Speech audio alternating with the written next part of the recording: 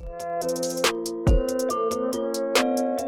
हम लोग देख रहे हैं rich dad poor dad book. पिछले वीडियो में हम लोगों ने देखा सबक 4 में टैक्स के इतिहास के बारे में बताते हैं। हमारा टैक्स का इतिहास बताया जाता है, हमारा नहीं, बेसिकली अमेरिका के टैक्स के इतिहास के बारे में बता रहे हैं। टैक्स का जो नियम होता है वो जब बना था उस वक्त 1961 से 65 के बीच जो सिविल वॉर चल रहा था, उस वक्त वहाँ पे खाना पीना उनकी ज़रूरतों को पूरा करने के लिए बनाया गया था। उस वक्त काफ़ी दिक्कतें थी जिसके लिए बनाया गया था। उसके बाद फिर 1874 में इसे अस्थायी रूप से लागू कर दिया गया और जब 1913 ईस्वी में संविधान में भी चेंज करके लागू कर दिया गया था। तो उस वक्त से टैक्स का इतिहास चलता आ रहा है। हालांकि टैक्स का इतिहास तो और भी पुराना है, लेकिन उस टाइम ऐसा संविधान और कानून पे नहीं था, लेकिन कानूनी तौर पे इस टाइम पे लागू हुआ था और फिर बनना शुरू हुआ था। तो इस वीडियो में हम लोग देखेंगे कॉर्पोरेशन की ताकत। इस सबक का नाम है, ये जो सबक हम लोग सबक 4 देख रहे हैं, ये चौथा सबक है और इस सबक का नाम है टैक्स का इतिहास और कॉर्पोरेशन की ताकत। तो हम लोग टैक्स का इतिहास तो समझ लिए, आज हम लोग कॉर्पोरेशन की ताकत के बारे में देखते हैं और समझने की कोशिश करते हैं। ठीक है। कॉर्पोरेशन के कानूनी ढांचे की ताकत के ज्ञान से अमीरों को गरीबों और मध्य वर्ग की तुलना में बहुत ज्यादा फायदा मिलता है। कॉर्पोरेशन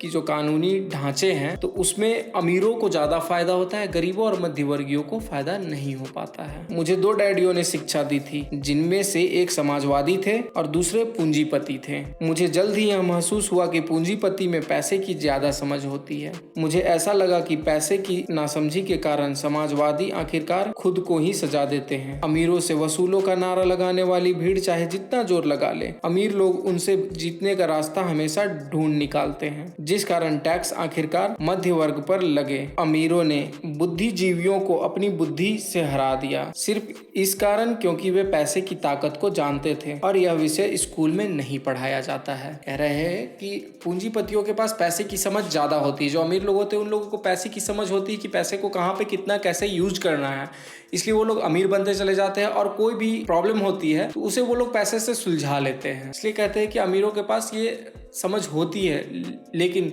जो समाजवादी लोग होते हैं उन लोगों के पास ये समझ नहीं होती है। इसलिए सिर्फ वो लोग हमेशा आंदोलन करते रहते हैं, लड़ते रहते हैं कि अमीरों से टैक्स वसूलो, तो पैसे को ऐसे करो वैसे करो। और जो अमीर लोग होते हैं जो जानते हैं पैसा कैसे यूज करना है, पैसे को पैसे से कैसा बनाते रहना है, अमीर कैसे बनना है, वो लोग इन चक्करों में नहीं पड़ते। वो लोग अपना काम करते रहते हैं और फिर आगे निकल जाते हैं। अमीर लोगों ने बुद्धिजीवियों को किस तरह हराया? एक बार अमीरों से वसूलों का कानून पारित हुआ तो सरकार की तिजोरी में पैसा आने लगा, तो लोग इस बात से खुश हुए। यह पैसा सरकारी कर्मचारियों और अमीरों को दिया जाने लगा। सरकारी कर्मचारियों के पास यह पैसा नौकरियां और पेंशनों के रूप में गया।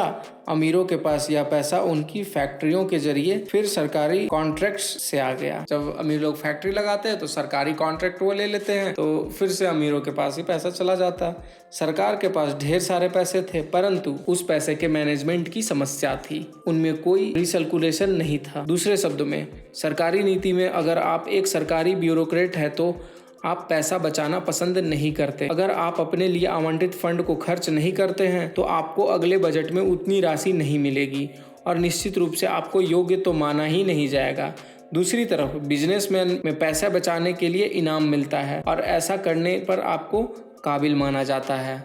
कहते हैं कि जो सरकारी फंड आता है तो सरकारी लोग अगर उस फंड को पूरा तरह से यूज नहीं करते हैं तो उस जो भी वो अधिकारी है, सरकारी अधिकारी, उसको काबिल नहीं माना जाता है सरकारी जगह पे, या फिर उस नेता को काबिल नहीं माना जाता है और फिर उस फंड से कम कर दिया जाता है उसका पैसा। उसको अगले बार फिर और कम फंड दिया जाएगा या फिर उसको बेवकूफ़ समझा जाता है। तो इस तरीके से होता है। लेकिन बिजनेस में ऐसा नहीं है। जो बिजनेसमैन लोग होते हैं वो लोग अपने बिजनेस को चलाने में इनकम जनरेट करते हैं ज़्यादा और खर्च कम करते हैं जब, तो उन लोगों को इनाम दिया जाता है कि वो लोग पैसा बचाएं, लेकिन हमारे इनकम में कोई फ़र्क नहीं पड़ा। ये फ़र्क होता है बिजनेसमैन और एक सरकारी सिस्टम में।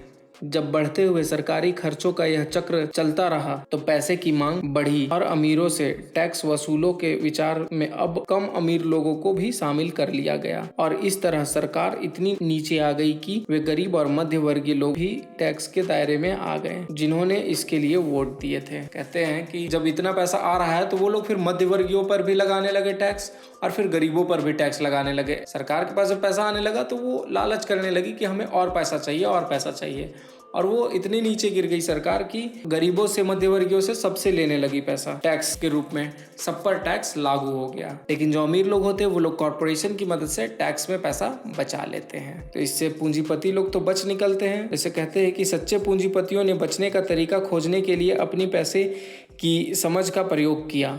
जो पूंजीपति थे वो लोग इससे बचने के लिए पैसे की समझ का, जो इन लोगों के पास पैसे की समझ थी, उसका लोग प्रयोग करते हुए इनसे निकल जाते हुए कॉर्पोरेशन की सुरक्षा में चले गए।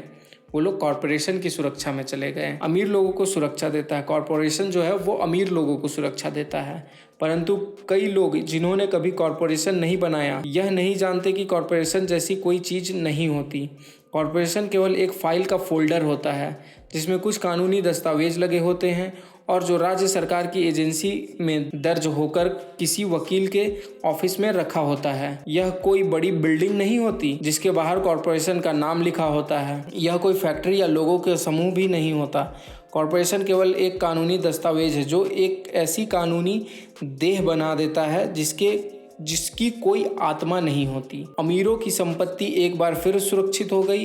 एक बार फिर कॉर्पोरेशन का प्रयोग लोकप्रिय हो गया। यह स्थिति इनकम टैक्स कानून के पारित होने के बाद हुआ, क्योंकि कॉर्पोरेशन के लिए इनकम टैक्स की दर व्यक्तिगत इनकम टैक्स की दर से कम थी। इसके अलावा जैसा पहले बताया जा चुका है, कॉर्पोरेशन द्वारा कुछ खर्च टैक्स चुकाने से पहले किए जा सकते हैं। तो अमीर लोग अपने पैसे की समझ का उपयोग करते हैं और कॉर्पोरेशन की ताकत का इस्तेमाल करके अपने ऊपर लगने वाले टैक्स को बचा लेते हैं। और कॉर्पोरेशन कोई समूह नहीं है लोगों का, ना ही कोई बिल्डिंग है, एक फोल्डर है, एक फाइल है। जो फाइल बनता है उसे कॉर्पोरेशन कहा जाता है। कॉर्पोरेशन किसे कहते हैं? कॉर्पोरेशन एक फाइल, एक फोल्डर जिसमें उन लोगों का सारा स्टेटमेंट होता है, उसे कॉर्पोरेशन की ताकत, उसे कॉर्पोरेशन कहते हैं। ठीक है, तो इस वीडियो में इतना ही। अब हम लोग नेक्स्ट वीडियो में इसके आगे के बारे में बात करेंगे कि और इस सबक से हम लोगों को और क्या सीखने को मिल रहा है। तब तक के लिए बने रहें।